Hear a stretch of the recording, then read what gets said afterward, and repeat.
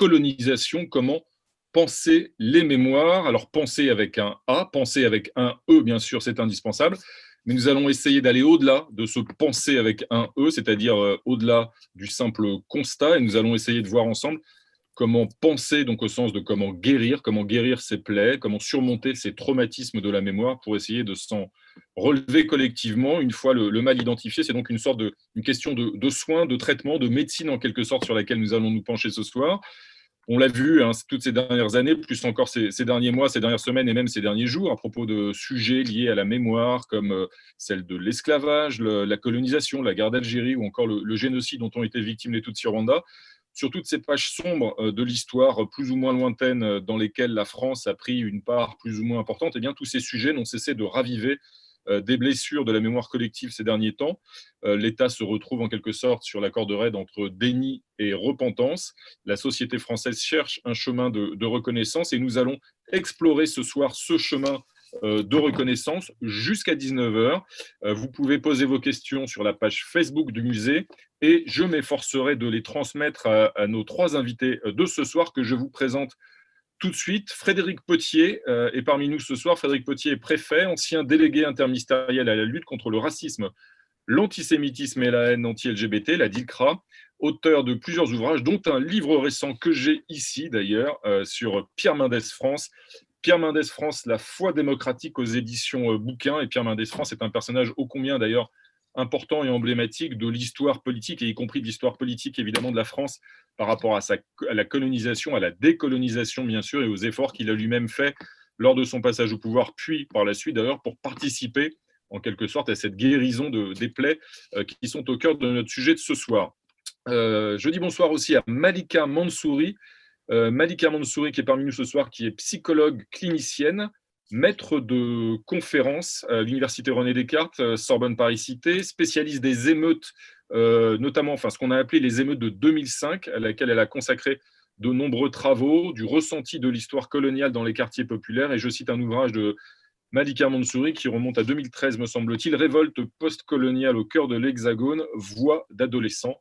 Donc c'est un ouvrage qui porte précisément sur cette mémoire et la façon dont elle a pu s'exprimer à travers un certain nombre de troubles dans les banlieues, les quartiers populaires, notamment en Île-de-France, mais pas seulement. Et puis, le troisième intervenant de ce soir que je salue, c'est Olivier Abel. Olivier Abel qui est philosophe, auteur notamment du Déni d'humiliation paru aux éditions Les Liens qui libèrent, son dernier ouvrage en date. Et Olivier Abel est philosophe et spécialiste plus spécifiquement, si j'ose dire, des politiques dites de la reconnaissance, cher à un grand philosophe dont vous êtes un disciple et sur lequel vous travaillez de longue date, qui est Paul Ricoeur, un philosophe désormais porté, comment dirais-je, dont la référence a été portée au grand public, notamment parce qu'on sait qu'un des responsables politiques qui devrait d'ailleurs être présent au cours de nos échanges s'en est réclamé. Mais c'est un autre sujet. Tout de suite, donc, nous allons ouvrir ce débat que je voudrais essayer avec vous de découper en trois parties. La première, davantage consacrée justement à cette politique mémorielle récente mise en œuvre par l'État au cours de ces dernières années ou de ces derniers mois à travers un certain nombre de gestes sur lesquels on va revenir dans un instant. Puis, nous essaierons de nous pencher dans un deuxième temps de notre débat sur la façon justement de penser les mémoires, de soigner ces traumatismes historiques et le sentiment d'humiliation qui peut en découler.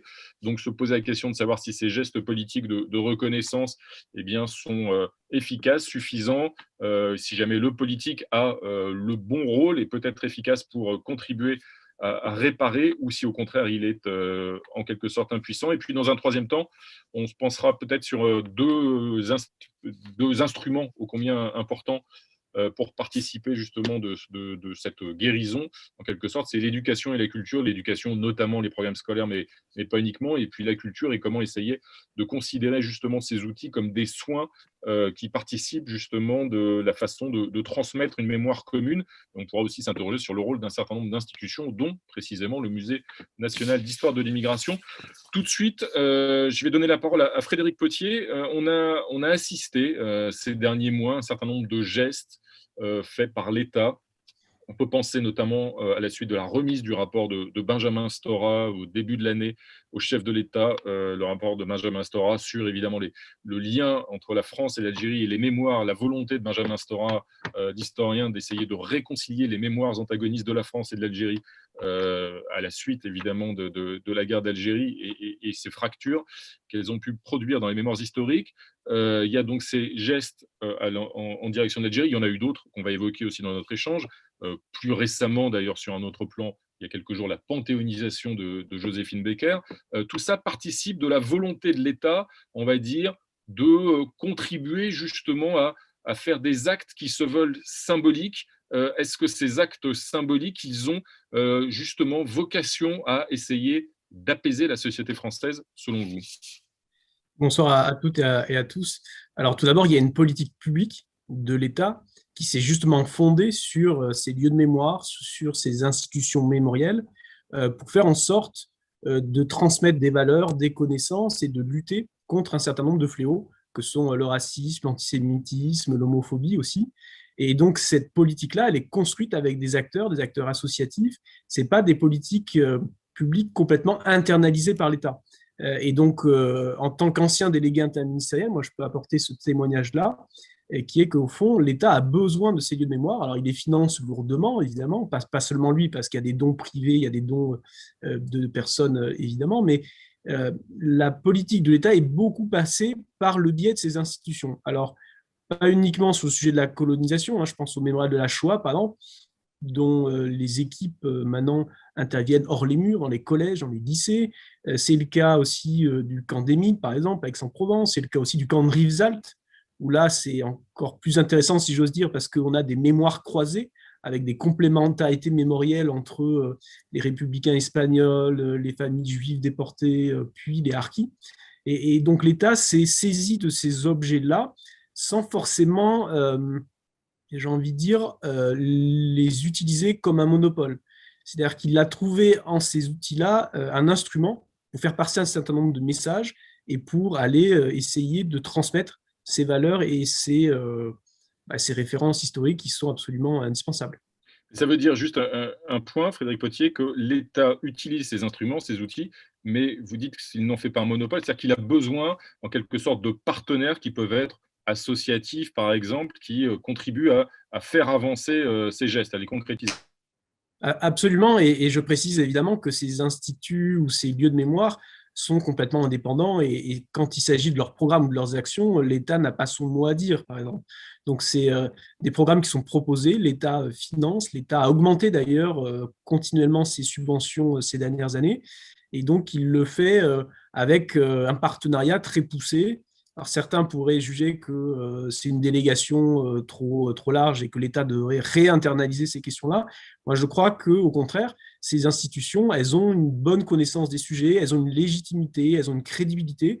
Donc, je pense que c'est beaucoup plus efficace de passer par elles. Alors, Malika Mansouri, précisément, Frédéric Potier évoque le rôle de l'État et la nécessité qu'il ait, en quelque sorte, des partenaires pour que son action ait un écho. Si on revient précisément à l'intitulé de notre débat sur la colonisation et la façon de penser les mémoires de la colonisation, et plus précisément au rapport entre la France et l'Algérie et aux suites du rapport Stora que j'évoquais en introduction, est-ce que les gestes qui ont pu être commis ces derniers mois par l'État, qu'il s'agisse, on peut penser, de la reconnaissance de l'assassinat de Maurice Audin ou de l'avocat Ali Boumedjel, par exemple, ou du geste qui a été effectué le 17 octobre 1961, pour la commémoration du 17 octobre 1961, lorsque le chef de l'État s'est rendu au pont de Bezons. Est-ce que ces gestes, ils ont à vos yeux une efficacité et est-ce qu'ils ont un écho surtout précisément, notamment dans les quartiers populaires peut-être et dans le tissu associatif qui irrigue ces quartiers et sur lesquels vous avez travaillé? Bonjour à tous. Alors, pour essayer de vous répondre déjà, peut-être il faudrait, pour pouvoir réunifier, penser globalement, c'est-à-dire que pas seulement dans les quartiers populaires, il se passe des choses en lien avec les restes de cette histoire, le débris de cette histoire, qui sont réellement problématiques. Vous disiez en préambule, entre déni et repentance, quelque chose de ça est toujours en place. C'est le nœud, en réalité. Vous le pointiez très justement entre déni et repentance. Ça veut dire qu'il y a à la fois des discours et des actes extrêmement favorables, comme ceux qui sont mis en place actuellement, effectivement. Et puis, il y a d'autres discours qu'on entend dans la société aussi, qui viennent contredire ce qui est mis en place. Je crois que le problème doit être pris en charge, alors, par qui? Mais d'une manière globale. Hein. On entend même des politiques, enfin des gens qui se prétendent politiques, qui s'inscrivent comme politiques et qui tiennent des discours qui sont proprement traumatiques, en réalité, quand on écoute bien ce type de discours, qui sont les résultats de cette histoire, qui réagissent à ce qui aussi se passe en contradiction avec ce qui est fait. Bon, que dire? Évidemment, tout ce qui a été mis en place est une grande première. Et si on ne parle que des banlieues populaires, ça aura un impact extrêmement positif. Ça, c'est clair. Je peux synthétiser en disant les choses comme ça. Mais néanmoins, ce qui est négatif et qu'on entend en écho dans la société, par ailleurs, vient faire de l'ombre à ça, très fort. Et on a à le prendre en compte si on veut que la chose enfin mise en place, enfin, je dis, hein, parce que si on réfère par exemple à l'histoire de Maurice Audin était la rue de mon enfance, là où je grandissais. Et je ne savais pas qui était ce personnage. Et pendant des années, je ne savais pas qui il était. Et un beau jour, j'ai commencé à grandir et je me suis renseignée. Et je me suis dit, tiens, donc, qu'est-ce qui se passe? Vous vous rendez compte, c'est là, maintenant, seulement. Mais ça fait plus de 50 ans que sa femme, sa fille, voilà. Donc, il était temps, j'ai envie de dire. Mais dans il était temps, il reste encore des dangers contemporains, des discours ambiants qui participent d'entraver justement les actes que le président, là, et le travail de Benjamin, surtout Benjamin Stora, a pu ouvrir comme possible. C'est d'ailleurs pour ça que ces actes, enfin, le rapport d'abord de Benjamin Stora lui-même, puis les actes, certains des actes qui en ont découlé, ont été contestés par une frange, justement. Voilà. Mais ce n'est pas sans effet, ce n'est pas sans impact. C'est-à-dire, l'acte fait est entaché d'emblée. Alors, pouvoir en dire quelque chose, peut-être, je ne sais pas, il faudrait y réfléchir. Mais en tout cas, si je réponds stricto sensu à la question que vous posiez, évidemment, je dirais il était temps, c'était urgent.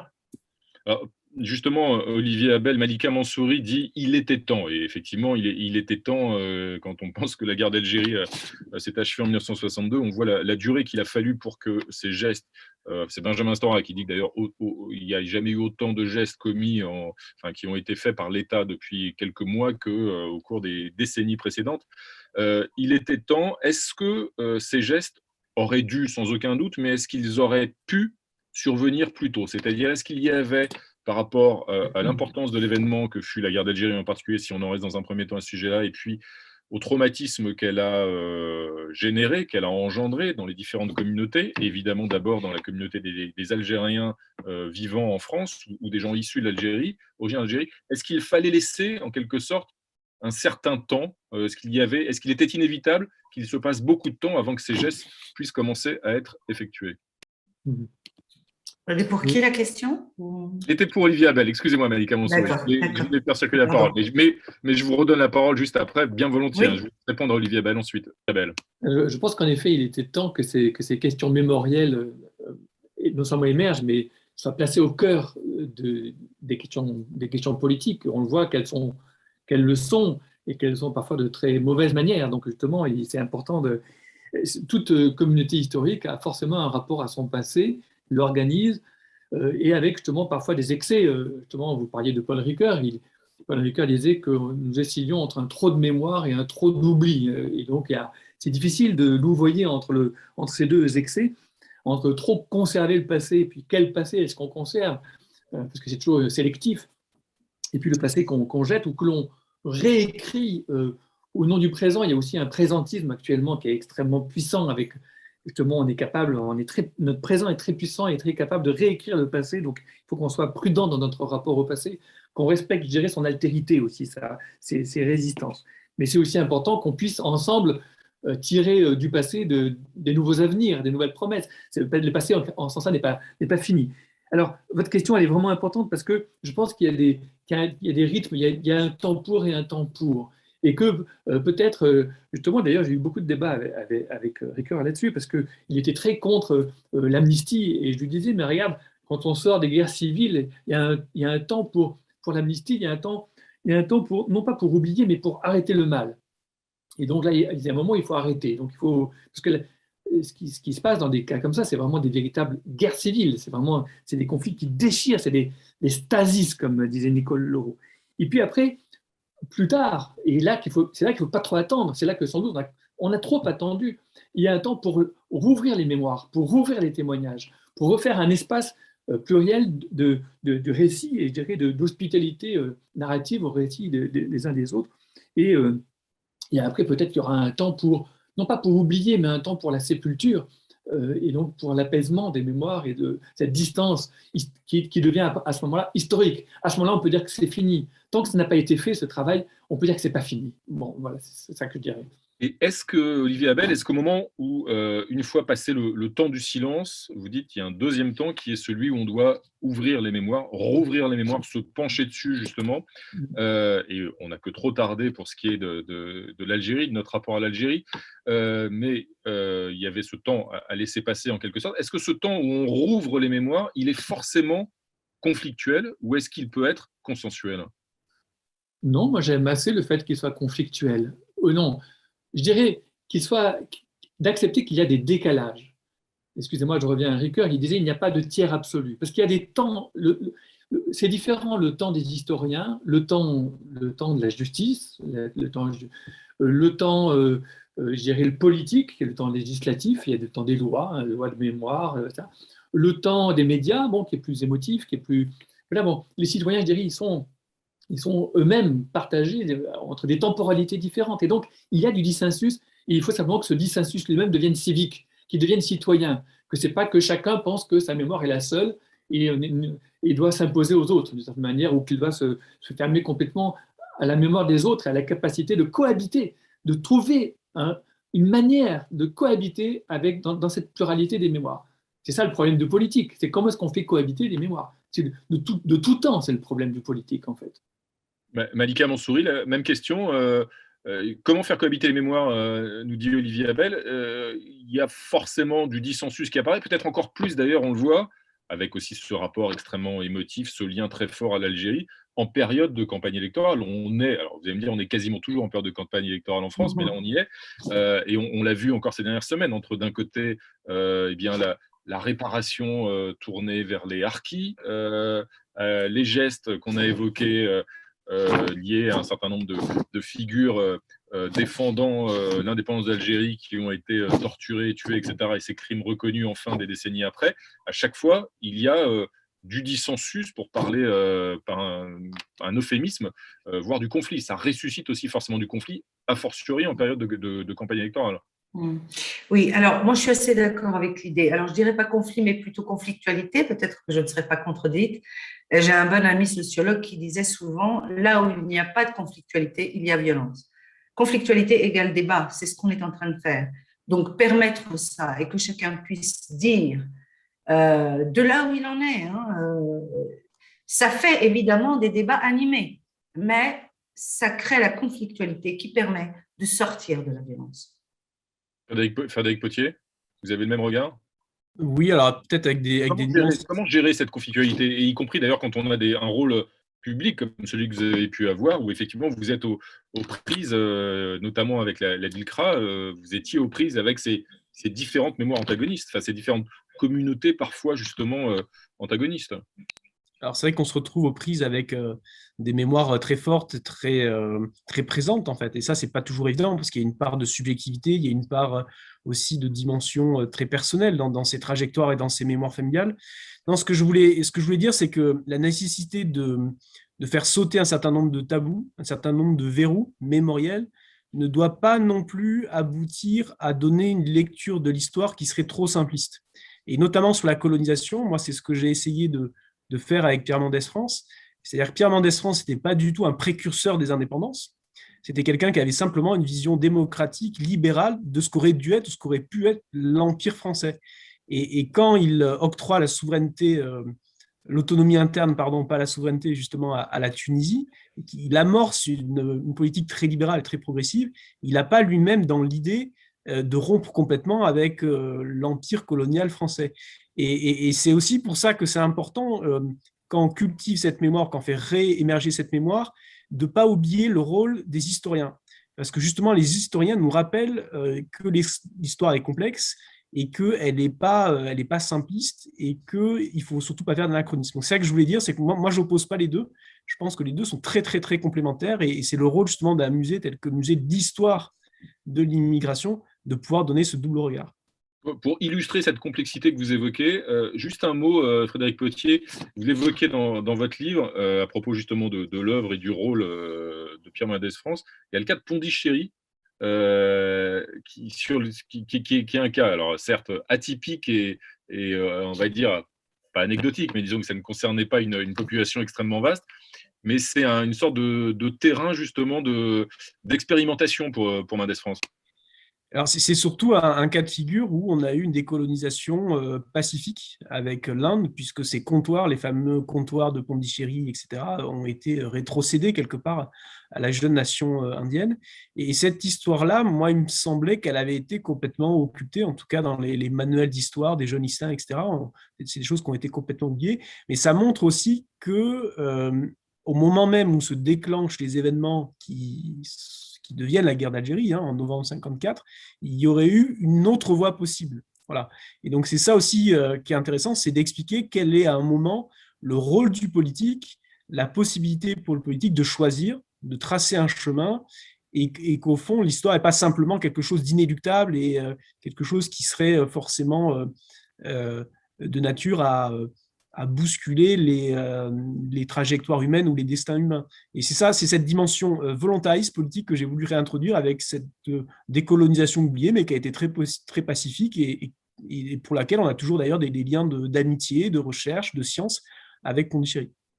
Alors, plus près de nous et dans le temps et géographiquement, si j'ose dire, la panthéonisation de Joséphine Baker. Vous évoquiez le fait qu'il y a des pans d'histoire disparus qui rejaillissent. Et Olivier Abel, vous parliez tout à l'heure du présentisme extrêmement fort, extrêmement puissant.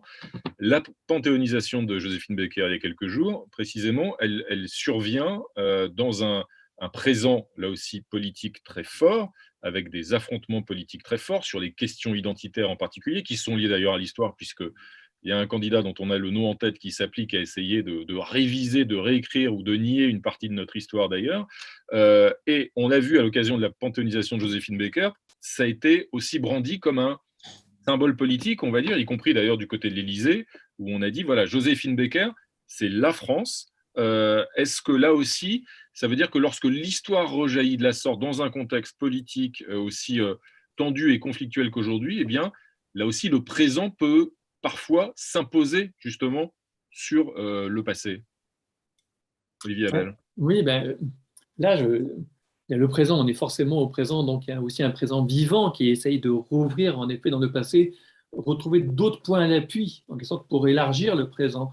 Et c'est peut-être ça, je dirais, le bénéfice positif de ce genre de geste, de reconnaissance. Il me semble que nous sommes difficilement en train de sortir d'un régime d'histoire, qui est un régime aussi de mémoire, qui était le régime de l'État-nation, dans lequel l'État avait le monopole de l'histoire. On vient de l'entendre, l'État renonce au monopole de l'histoire, il y a une séparation de l'histoire et de l'État, si je peux dire, qui est vraiment très, très intéressante, mais qui du coup peut ouvrir, je dirais, la carrière à une sorte de compétition mémorielle qui peut devenir vraiment tout à fait dangereuse, et donc et aussi grave politiquement, bon, comme on le voit. Alors j'ai envie de dire que peut-être justement on est dans des sociétés qui sont beaucoup plus qu'elles ne le ressentent elles-mêmes, des sociétés d'immigration, avec des populations déplacées, avec aussi déjà des embrouillamini, parce qu'il y a des secondes générations, des troisièmes générations, il y a tous les décalages dont je parlais tout à l'heure, il y en a dans tous les sens. Et on pourrait mettre en avant un modèle de pluralité d'appartenance. On est en même temps français, et ça, et ça, et ça. On pourrait imaginer une figure un petit peu de créolisation, au sens de glissant d'ailleurs. Mais le danger, et c'est à ça que je veux nous rendre attentifs, c'est les réactions immunitaires. Les réactions immunitaires de minorités qui se sentent en quelque sorte en train d'être assimilés, en train de perdre leur identité, qui donc se redurcissent dans leur identité, mais aussi réaction, on pourrait dire, immunitaire des majorités, on va dire, qui peuvent devenir des majorités dangereuses, simplement parce que pour continuer à intégrer, il faudrait qu'elles abaissent le seuil du récit commun à un niveau, je dirais, de très très bas, très plat. Et donc, il n'y a plus de récit national, il n'y a plus de récit commun. Et ça, c'est quelque chose il faut sentir que c'est très difficile à vivre pour la majorité. Et c'est là que, justement, tout le travail, c'est essayer d'élargir ce récit, de retrouver des points d'appui dans le cas mais ça aussi, c'est commun. Ça aussi, ça fait partie du commun, mais il faut l'étoffer, il faut donner des figures fortes à ce récit commun. Sinon, il n'y a plus que de commun que le supermarché. C'est pas ça qui peut faire une société. Et le consommateur ne suffit pas à lui seul à Voilà. faire le citoyen vaut mieux que le consommateur. Exactement. Malika Mansouri, sur ce point, et Olivier Abel, comme ça, fait la liaison précise avec la deuxième partie de notre débat, justement, sur les moyens de penser les mémoires et de donner, donc, pour avancer, une expression, de donner une place, on va dire, à des expressions, qu'elles soient individuelles ou collectives, c'est-à-dire, au-delà de ce récit national, si l'État n'a plus le monopole de l'histoire, il faut donc essayer de marier ce qui reste de ce récit avec des expressions qui peuvent être collectives, voire individuelles, et qui elles-mêmes expriment une certaine mémoire. Je rappelle, tout en vous posant la question, que nos spectateurs peuvent toujours être sur la page Facebook du musée. Malika Mansouri, comment lier l'un à l'autre? Alors, j'ai envie de dire quand même que lorsque l'histoire est mise au silence, pendant aussi longtemps, ça n'est pas sans effet. Hein, il faut attendre un certain temps, collectivement, politique, sur le plan politique, etc., peut-être. Mais sur le plan humain, ça a des effets. Ça transforme les personnes. Il y a des choses, des restes d'histoire qui s'installent, qui viennent se greffer, façonner les individus. Et individuellement, du coup, alors ça déjà, alors je rebondis sur première, deuxième, troisième génération. Selon les histoires des uns et des autres, la première génération, elle commencerait au temps de l'immigration. Or, c'est faux, c'est déjà un mensonge. Les gens, quand ils ont une histoire, ils ont une filiation, et avant la première génération en question, il y avait d'autres générations qui, elles, ont vécu le colonial et la guerre d'Algérie, par exemple, pour ce qui est de cette histoire-là. Et les enfants qui héritent de cette histoire, parce qu'ils en héritent, ils le portent en eux, eh bien, ils n'ont pas le sens que nous pouvons discuter ce soir ensemble. Ils n'ont pas le sens intimement, ils n'en ont pas le sens, ils éprouvent. Si la grand-mère a été violée pendant la guerre, et oui, parce que des viols, il y en a eu beaucoup, et que lui, il le sait intimement, mais qu'il ne le sait pas intellectuellement. Il souffre de ça et il attend que l'on vienne valider quelque chose de sa souffrance. C'est-à-dire que tous les discours, tout ce qui s'organise, ne permettent pas à l'individualité de se soulager, quels que soient les sous-groupes concernés par cette histoire. Allez, on va dire de la guerre d'Algérie, puisque c'est le sujet. Là, de la guerre d'Algérie, chacun a un vécu. Si je suis appelée du contingent, que je n'ai que 18 ans, que je suis appelée et que j'agis des choses horribles, comment en rentrant, je peux me regarder avec ça? C'est très difficile.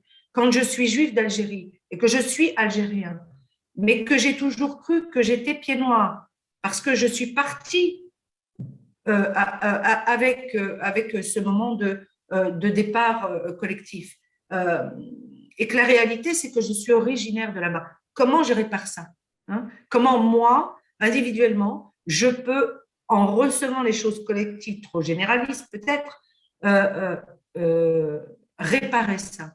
Alors, il y a effectivement des choses, des récits, un récit collectif qui pourrait se fabriquer du côté de l'humanité, c'est-à-dire que quelque chose qui pourrait s'écrire humainement. Les jeunes que moi je rencontre en périphérie, à la banlieue des grands centres-villes, par exemple, ceux-là me disent, mais moi à l'école, je ne veux pas les dates, je ne veux pas les déplacements, les départs, les retours, je veux savoir ce que mes parents ont vécu. C'est ça que les gens ont envie de savoir. Est-ce que les gens peuvent raconter? Un individu est toujours pris par le déni du collectif. Un individu, lui, il est pris. Alors, les parents ne racontent pas non plus. Ça ne se raconte ni dans l'intimité des foyers, ni dans le collectif. Et ces enfants-là héritent de ça.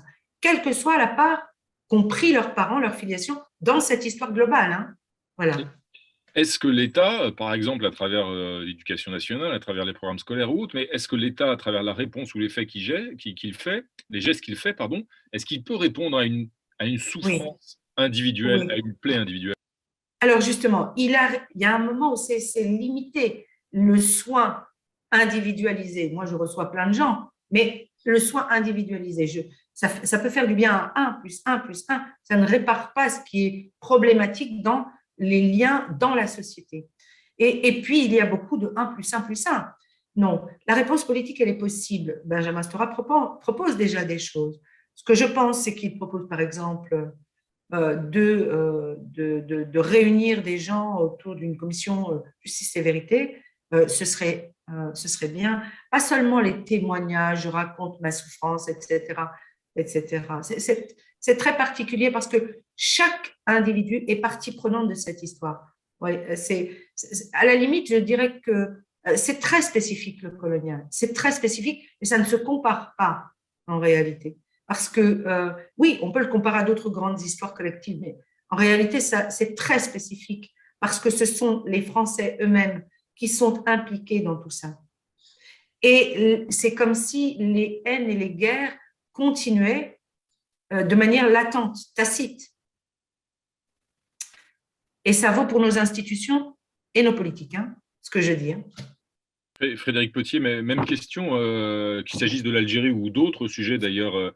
Je pense aussi au voyage d'Emmanuel Macron il y a quelques mois au printemps dernier à Kigali pour reconnaître en tout cas la responsabilité de la France dans l'accompagnement d'un certain nombre, on va dire, ou dans la protection d'un certain nombre de tortionnaires auteurs du génocide des Tutsis au Rwanda. Est-ce que, qu'il s'agisse de l'Algérie ou du génocide Tutsi au Rwanda, ces gestes de l'État, d'un État comme la France, peuvent suffire, peuvent répondre, parce qu'à chaque fois, on entend effectivement des victimes ou des descendants de victimes dire, et c'est bien compréhensible, ça n'est pas suffisant, ou ça ne répond pas à ma douleur, ou ce n'est pas ce que j'attendais. Comment essayer de concilier justement ces expressions individuelles et l'expression par nature collective qui est supposée être celle de l'État? Alors d'abord, j'ai envie de vous dire que oui, c'est utile, oui, c'est puissant, et oui, on peut faire encore plus. Notamment, il y a cette idée qui est poussée par Pascal Blanchard, mais par d'autres aussi, hein, d'un musée de l'histoire de la colonisation. Parce qu'aujourd'hui, si on veut étudier ce qu'a été l'histoire de la colonisation, de la décolonisation, eh bien, il n'y a pas de lieu. C'est-à-dire que le musée de l'histoire de l'immigration, lui, a une vision sur les mouvements de population, le peuplement, les stratégies d'intégration, mais ce n'est pas l'histoire de la colonisation. Si on va dans un musée comme je sais pas, les Invalides, par exemple, là, on va avoir une histoire très militaire avec les batailles, les conflits, etc. Et ce n'est pas ça la colonisation. Enfin, l'histoire de la présence française en Indochine, en Algérie, au Maroc, je ne crois pas que ça soit raconté quelque part avec une vision d'historien. Donc, moi, je pense qu'on peut aller plus loin dans l'explication, dans l'histoire. En quelque sorte, l'histoire, excusez-moi Frédéric Potier, l'histoire de la vie quotidienne autant de la colonisation. De la vie quotidienne, mais aussi de son évolution, parce que c'est effectivement des périodes qui ont été des déchirements pour des familles, dans tous les sens d'ailleurs. Mais là où je voulais en venir, c'est que ces politiques historiques ou mémorielles, parfois, ne peuvent pas suffire à penser des baies qui peuvent être béantes et qui peuvent avoir aussi des origines économiques. Et là, je voudrais citer 2 exemples. Par exemple, c'est l'exemple de la Nouvelle-Calédonie. En Nouvelle-Calédonie, c'était en 2013, je crois, l'État avait décidé, avec le Muséum d'histoire naturelle, de restituer le crâne d'un grand chef kanak qui s'était rebellé contre la présence française, le grand chef Ataï. Et donc, l'État avait organisé, avec l'accord des autorités coutumières, la restitution du crâne. Et les politiques, et moi je travaillais à l'époque pour le Premier ministre, Manuel Valls, on pensait que ce geste symbolique fort était une marque de respect et pouvait permettre aussi d'aller apporter un peu d'apaisement, un peu de calme et de renouer des fils de dialogue parfois un peu rompus ou tendus. Mais ça a largement échoué parce que ça n'a pas suffi, parce que la question politique dépassait très largement ce petit sujet, c'est pas un petit sujet, mais ce sujet mémorial avec cet exemple-là. L'autre exemple qu'on peut citer, c'est celui du Memorial Act, par exemple en Guadeloupe, qui est un grand musée, un grand centre sur l'esclavage, Il a une utilité, c'est un très bel établissement, il joue un rôle à la fois dans l'attractivité du territoire, mais aussi dans la transmission de l'histoire pour les jeunes, mais ça n'empêche pas des revendications sur le chlordécone, sur la gestion de l'eau, sur le chômage, etc. Donc, je dis ça parce que je pense qu'il ne faudrait pas croire non plus que ces politiques historiques mémorielles peuvent se suffire et peuvent penser l'ensemble des plaies d'une société ou d'une communauté ou d'un territoire. Ça veut dire qu'elles ne peuvent pas se substituer, ou en tout cas suffire à répondre à un certain nombre d'interrogations, d'attentes sur le plan social et économique en particulier. Par exemple, on le voit aussi à travers les mouvements récents et toujours en cours, d'ailleurs aux Antilles, en Guadeloupe et en Martinique, qui sont nés du refus du pass sanitaire ou de l'obligation vaccinale pour les soignants, mais qui dépassent bien largement ces faits-là et qui expriment d'autres revendications. C'est exactement ça, c'est-à-dire que vous ne pouvez pas comprendre ces territoires-là si vous ne connaissez pas un peu l'histoire de l'esclavage et du rapport à l'esclavage dans ces îles.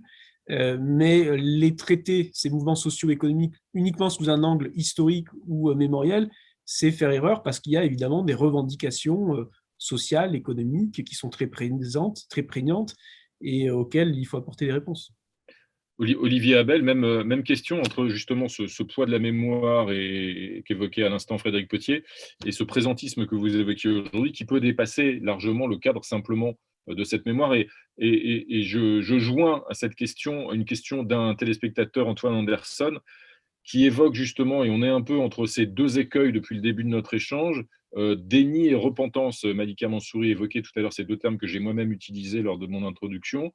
Est-ce qu'on est obligé d'osciller entre les deux en permanence? C'est-à-dire, est-ce qu'on est toujours coincé entre ces deux bornes-là, déni et repentance, au risque d'être ballotté de l'une à l'autre, en quelque sorte? Oui. Mais d'abord, ce que vient de dire Frédéric Potier est très important. Il y a d'autres dimensions. Il ne faut pas mettre le projecteur uniquement sur les questions de mémoire et de rapport au passé.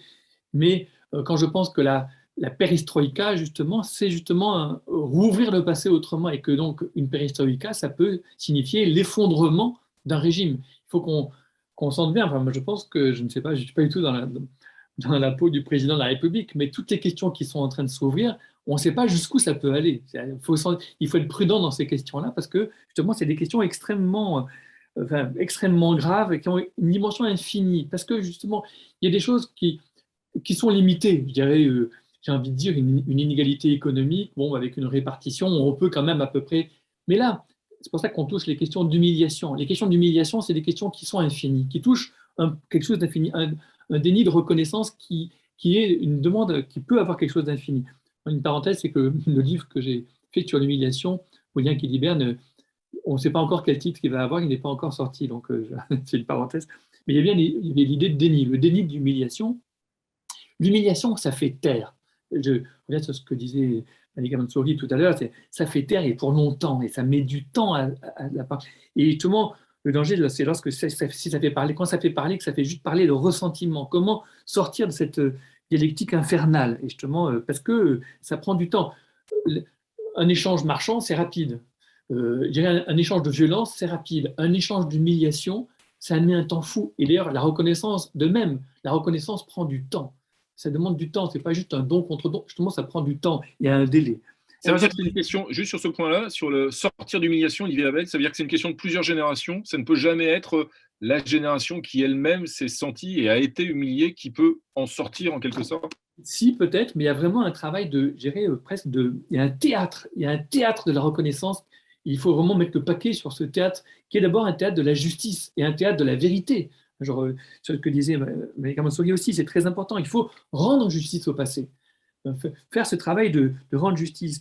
Et qui est un devoir, il y a un devoir de mémoire qui est un devoir de rendre justice à la mémoire de l'autre, si je peux dire, et aux mémoires des morts, des anciens. Il n'y a pas que le devoir, il y a aussi le travail. Il y a aussi un travail de mémoire. C'est-à-dire, en fait, il faut se mettre au travail, il faut se déplacer, il faut se dépayser de nos propres mémoires. Et donc, il y a tout ce travail qui est un travail, voilà, ça prend du temps et ça demande, oui, en effet, quand même, un État capable, je dirais, à la fois de renoncer à un certain monopole, de dire voilà, c'est ça l'histoire, et en même temps un État capable d'installer des cadres du débat, d'instituer la pluralité, on va dire, d'instituer la pluralité des échanges, d'instituer la possibilité d'un dissensus, la possibilité de frotter les mémoires, pas seulement les témoignages, il y a aussi les documents, il n'y a pas que des témoignages présents, justement, il y a aussi tous les documents du passé, il faut les rouvrir. Voilà. Donc un État capable de se remettre en cause aussi. De se remettre en cause et de se décaler par rapport à l'histoire. Il y a un temps pour le travail de l'histoire qui est justement ce travail de mise à distance, pluraliste et critique. C'est un espace critique, il faut l'accepter. Et c'est ça qui est difficile à accepter pour des sociétés qui ont besoin de se rassembler, de se raconter. Malika Mansouri, même question, et pour en venir progressivement à la troisième partie de notre échange, tout en rappelant donc à nos spectateurs qui peuvent continuer de poser des questions sur la page Facebook du musée, pour se remettre en cause, pour accepter justement de mettre en scène, comme le disait Olivier Abel à l'instant, bien cette pluralité, ce dissensus en quelque sorte, et pour essayer qu'il en sorte quelque chose de fécond. Est-ce que l'un des outils principaux, si ce n'est le principal, c'est pas tout ce qui relève de l'éducation nationale précisément au sens large, mais c'est-à-dire avec là aussi une remise en cause, peut-être une évolution qui est sans doute en cours, qui est sans doute insuffisante, mais qui passe par là aussi une pluralité des regards, des programmes scolaires qui s'ouvrent à d'autres réalités, d'autres aspects du passé sur lesquels peut-être que les générations précédentes, nous ne penchions pas suffisamment. Je dirais que la première des éducations à mettre en place, c'est celle d'éduquer les Français à leur histoire de France. Parce que les Français ne connaissent pas cette histoire. Donc après, si on est à l'école, par exemple, l'enseignante, elle raconte quoi et comment? Quand les jeunes, eux, ont un savoir intime, bien inconscient, bien logé à l'intérieur d'eux, qui leur dit ce qu'elle dit, ce n'est pas vrai. Donc là, ça frite. Ils n'acceptent pas de se laisser éduquer comme ça, les gamins. D'autant plus que ces gamins ne sont pas n'importe quels gamins. Ce sont au fond des enfants de France, tous, quelle que soit la part qu'ils prennent à cette histoire par leur héritage. Ce sont des enfants de France, mais pas tous ne se sentent reconnus comme. Donc il y a d'abord une reconnaissance, tu es mon enfant. Chirac avait essayé à son époque, pendant les émeutes justement, de dire un peu comme ça. Bon, mais il faut aller plus loin. Il y a quelque chose parce que je ne vais pas dévier, mais les radicalités qu'on observe dans la société chez les jeunes, pas dire radicalisation, les radicalités, elles sont liées à tout ça aussi. Et on a quelque chose d'intérieur qui fait que ces enfants sont à la fois français et à la fois autre chose. Et si l'être français et l'être autre chose de soi-même est en conflit, ça ne se joue même plus sur le terrain du social. Ça se joue d'abord à l'intérieur de soi. Et on ne peut pas s'adapter à l'extérieur puisqu'on a un métissage qui, lui, est en guerre, d'une certaine manière. Je ne parle pas de métissage biologique, mais de métissage culturel. Donc, la culture, elle est là, en premier lieu, dans l'intimité des ventres, j'ai envie de dire, dans l'intimité des âmes. Et donc, il faut parler à ces intériorités. Et la culture, elle doit servir à ça. La culture, le musée est une excellente idée, mais il faut que ce soit des trajectoires de vie, des récits humains, que chacun puisse s'identifier enfin. Parce que excusez-moi, Mika, il est censé pouvoir s'incarner justement dans un récit, dans voilà. une trajectoire qui recèle à la fois une part de commun, mais surtout qui laisse de la place à la diversité de ces trajectoires, c'est ça? La diversité de ces trajectoires reconnue à partir de ce qui vient d'être dit, là, c'est vrai, de ce qu'est l'humiliation qui est au cœur du problème en réalité. Le mot colonial, etc. L'humiliation, c'est ce qui vient d'être dit et j'adhère complètement. C'est vraiment quelque chose de ça qu'il faut défaire en passant effectivement par, disons, les lieux de l'éducation, mais peut-être que ceux qu'il faut éduquer, ce sont d'abord ceux qui éduquent, et puis les lieux publics qui seraient donnés existence collectivement via le musée ou autre chose à cette histoire qui n'existe nulle part en réalité. Même si on en parle, attention, mais bon. Ça progresse quand même. Ça progresse complètement. Non, mais c'est même très très bien. C'est même très très bien ce qui est en train de se passer. D'ailleurs, ça crée des remous tels que on peut se dire que s'il y a des remous, c'est qu'enfin ça sort de la tombe. Hein. À titre personnel, par exemple, une petite confidence, et je ne suis pas le seul loin de là, je fais partie de cette génération qui a découvert l'existence du massacre du 17 octobre 1961 par le livre de Didier Daninx, à l'époque, Meurtre pour mémoire, et donc dans les années 80, début années 80, pas du tout par l'enseignement, ni d'ailleurs par la presse qui, globalement, ça avait été raconté, mais très peu, et pas à l'époque, on n'en parlait pas au lycée. Et c'est vrai que de ce point de vue-là, on peut voir que l'éducation et les programmes scolaires ont évolué, ont progressé. Oui, tout à fait. Il faudrait aller plus loin là aussi. Bien sûr. Juste une Même, question. même pour le 17 octobre 61. Bien sûr. Juste une question à la psychologue que vous êtes aussi, Malika Mansouri, puisque vous parliez beaucoup d'humiliation. Comment vous définissez, comment vous décortiquez ce sentiment d'humiliation, là, sur le plan individuel, donc perçu, reçu, ressenti par une personne, donc d'un point de vue psychologique? Le sentiment qui prolonge le système colonial. On n'est plus dans la guerre, là. C'est-à-dire quelque chose d'une volonté d'être réduit à l'état de rien, de ne pas exister. On parle d'intégration depuis tout à l'heure. Eux disent que la difficulté est plutôt du côté de la non-volonté d'être intégré ou la non-possibilité d'être intégré parce que des particularismes, par exemple. Et pas seulement pour les ex-colonisés tout court. Hein. Il y a quelque chose d'une parole, d'une existence d'émotion qui est rayée. Et c'est éprouvé comme un espèce de mépris structurel et qui vient réduire l'autre. C'est ça, l'humiliation. C'est difficile de s'en relever si ce n'est pas accompagné. Hein.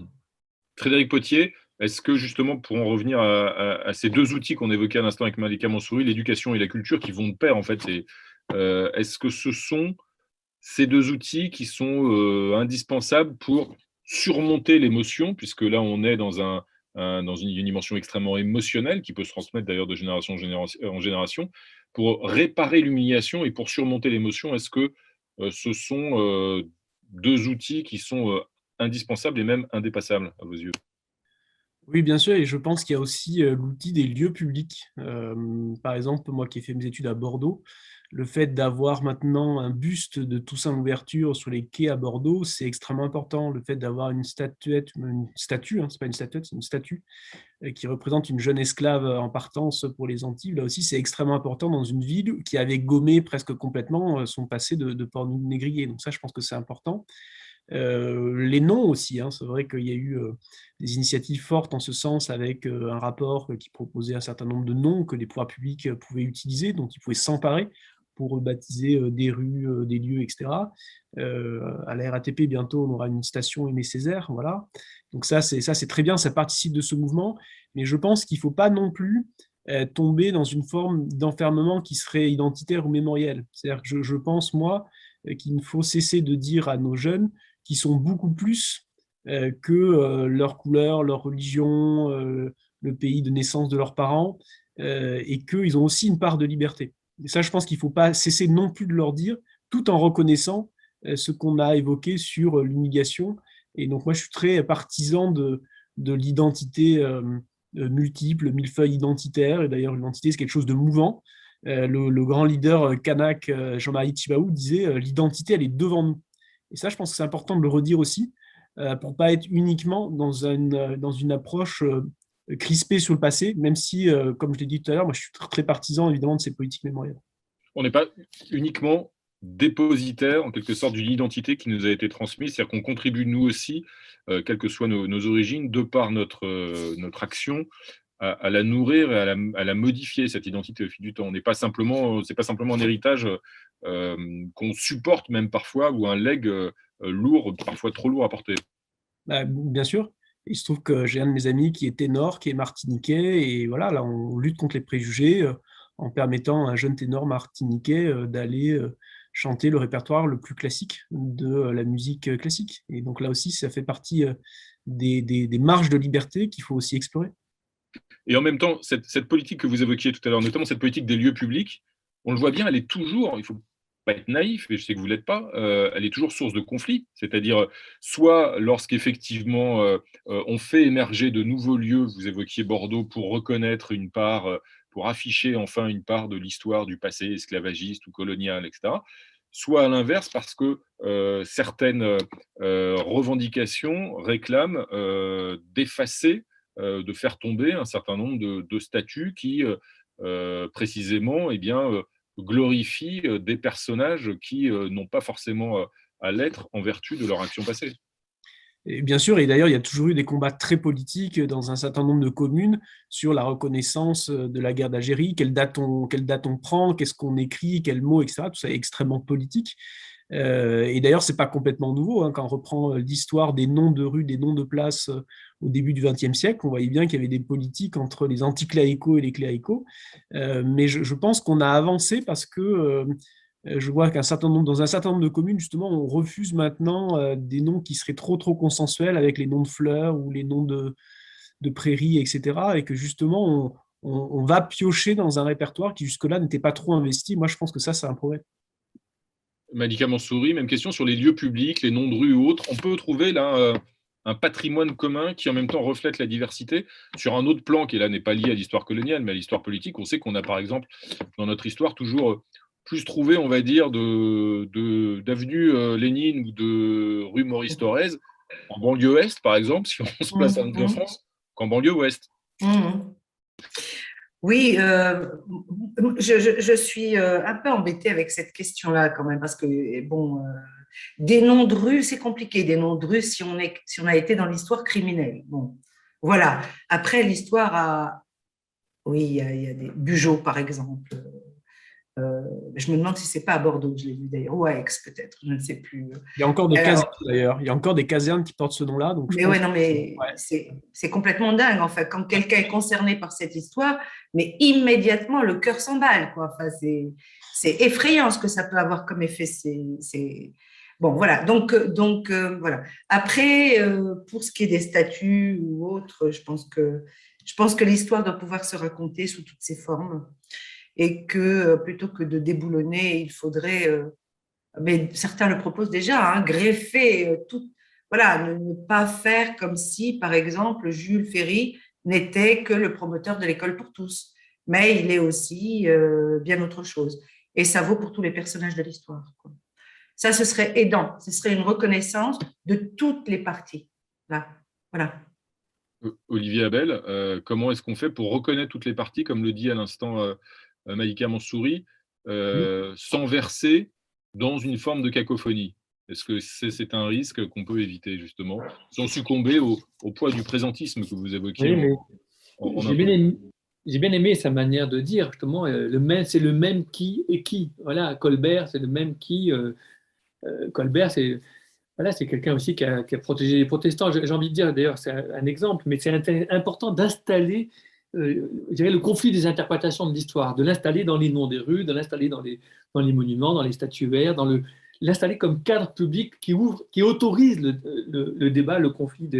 J'ai envie de dire, justement, dans les livres d'histoire, puisqu'on parlait tout à l'heure des livres d'histoire, il ne faut pas qu'on oublie qu'avec une conception d'elle-même comme société représentée par le corps du roi, dans son unité, la France a été capable, c'est très ancien, mais de fabriquer des étrangers. Les Huguenots ont été chassés de France, quand même plus d'un siècle de persécution, avec donc des centaines de milliers de réfugiés qui sont partis dans l'Europe entière. C'est la France qui a fait ça. Et la France est capable de faire ça. Ce n'est pas seulement de ne pas accueillir des réfugiés, c'est de créer des étrangers à partir de ses propres citoyens. C'est ça. Peut-être que cette histoire n'est pas finie. Il faut qu'on sente que notre société est capable de faire ça. Donc, je pense que c'est pour ça que l'histoire, elle a raison, tout à fait, Malika. Il faut qu'on commence par connaître notre propre histoire, pour comprendre d'où est-ce que nous venons, d'une certaine manière.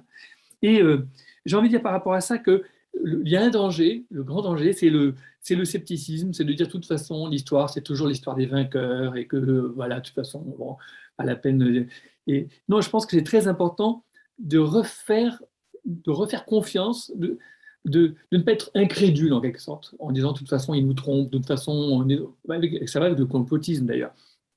refaire confiance dans les témoignages, refaire confiance dans le passé, refaire confiance dans l'histoire, refaire confiance dans toute cette pluralité d'institutions dont on parlait tout à l'heure, qui institue tout ce dissensus, mais y faire confiance. C'est ça qui me semble une confiance critique. C'est parce qu'on a confiance qu'on peut être critique, et c'est parce qu'on est capable de critique qu'on peut du coup avoir confiance. C'est un cercle vertueux entre les deux qu'il faut absolument installer pour instituer justement, j'ai envie de dire, des sujets parlants. Il ne s'agit pas seulement d'éduquer des gens qui apprennent par cœur, des sujets capables de devenir auteurs, inventifs, comme disait M. Potier, inventifs de leur histoire. Ce n'est pas fini. Et donc, des sujets capables de parler. C'est ça qui, je pense, manque le plus. Alors peut-être pour le musée, je vais terminer sur le musée, je ne voudrais pas que les musées deviennent une espèce de grand mausolée du passé dans lequel on encapsule, de manière d'ailleurs très présentiste, bien mise en valeur, un passé fini, en quelque sorte. Conception hegelienne, excusez-moi, du philosophe, dans lequel on est à la fin de l'histoire, tout est fini, tout est mort. Non, il faut penser à un musée qui part en live, un musée qui c'est pas fini, justement, l'histoire n'est pas finie, un musée capable d'activer le dissensus, ce que j'appelais tout à l'heure le dissensus civique. Et un musée ancré dans le présentisme, précisément, ancré dans le présent en tout cas. C'est le cas d'ailleurs du Musée national de l'histoire de l'immigration. Ancré dans le présent, mais sans présentisme. Justement, le présentisme, pour moi, c'est justement au contraire ce qui est capable, comme disait Kundera, d'orwelliser le passé, d'avoir une conception manichéenne du passé. Ne pas respecter, je reviens à ce que disait M. Potier, sur le fait que le passé il est beaucoup plus complexe qu'on ne croit, qu'il y a des figures, là j'ai un livre de Fanny Colonna, une vieille amie qui travaille sur les Aurès, et il y a une figure d'un meunier qui refusait d'être ni un colon, ni un Algérien, enfin qui était une figure ambiguë. Enfin, il y a eu beaucoup de figures ambiguës dans l'histoire. C'est ça, il faut reprendre appui sur ces petites figures beaucoup plus ambiguës et qui étaient en quelque sorte des tiges d'autres avenirs du passé. Et c'est là-dessus qu'il faut que les musées doivent aussi travailler. Frédéric Potier, Olivier Abel le disait, il a raison, le passé est beaucoup plus complexe peut-être qu'on ne le croit au premier abord. Il faut s'appuyer sur ces trajectoires, ces personnages qui sont tous ambigus, en tout cas beaucoup, et qui ont une face claire et une face sombre. Mais pour avoir confiance dans ce passé, comme le disait à l'instant Olivier Abel, il faut quand même s'appuyer sur un tronc commun. On le voit bien sur des tas de sujets, et en l'occurrence, il y a encore une résonance aujourd'hui même par rapport à Vichy, où Emmanuel Macron s'est rendu aujourd'hui, et on est encore en 2021, on a encore un certain nombre d'individus, y compris l'un d'entre eux qui prétend devenir président de la République, qui nie la réalité du régime de Vichy, en tout cas de l'œuvre, si j'ose dire, du maréchal Pétain, et de sa responsabilité dans la déportation des Juifs français. Pour avoir confiance dans ce passé, et pour reconnaître la complexité de ce passé, comme le disait Olivier Abel à l'instant, il faut quand même aussi se méfier d'une forme de relativisme absolu qui peut ouvrir la porte à un certain nombre de négationnistes qui vont vous dire effectivement, le passé, c'est plus compliqué que ça, c'est pas exactement ce qui s'est passé, et donc ils vont en quelque sorte faire table rase de ce passé qui les gêne. Ça, c'est un autre danger. C'est un autre danger, c'est vrai que le passé, il est toujours en construction parce qu'il y a des travaux historiques, mais l'histoire, c'est aussi une science, c'est-à-dire que c'est aussi un métier. C'est aussi aller chercher des sources, c'est aussi chercher des témoignages, c'est aussi la confrontation entre les historiens. Et le débat politique que vous évoquez, c'est justement pas un débat historique, c'est un débat purement politique. Et je crois qu'il y a quand même maintenant un consensus très large sur ce qui s'est passé sous le régime de Vichy. Et je pense que maintenant, tout le monde sait très clairement que Vichy n'a pas protégé les Juifs. Il y a même un document au mémorial de la Shoah où on voit bien que le maréchal Pétain a, au crayon de mine, durci la législation, je crois, de 41. Donc voilà, moi, il ne faut pas tomber dans le piège de certaines personnes qui disent faire de l'histoire ou qui se prétendent historiens, là où ils ne font que de la politique. Merci Frédéric Potier. Malika Mansouri, un dernier mot de conclusion. Nous arrivons, je suis désolé pour tous les trois, au terme de cet échange. Un dernier mot de conclusion sur cette même nécessité d'avoir confiance dans une histoire pour autant complexe. Oui, alors moi je rejoins Olivier, que je ne connaissais pas, mais alors très bien, très juste. Alors cette histoire de présentisme, hein, c'est ça, où finalement on parle beaucoup du colonial, ou en tout cas des choses du colonial, mais alors c'est très présent, mais l'histoire elle s'écrit aussi aujourd'hui, effectivement, et je le dis et je le répète, ce qui se passe dans notre société aujourd'hui est parfois un miroir de rappel pour ceux qui portent en eux ces souffrances, ces traumatismes, c'est un miroir rappel de ce que l'on voudrait réparer. C'est le plus gros problème, je pense, de notre monde contemporain. autour de cette histoire.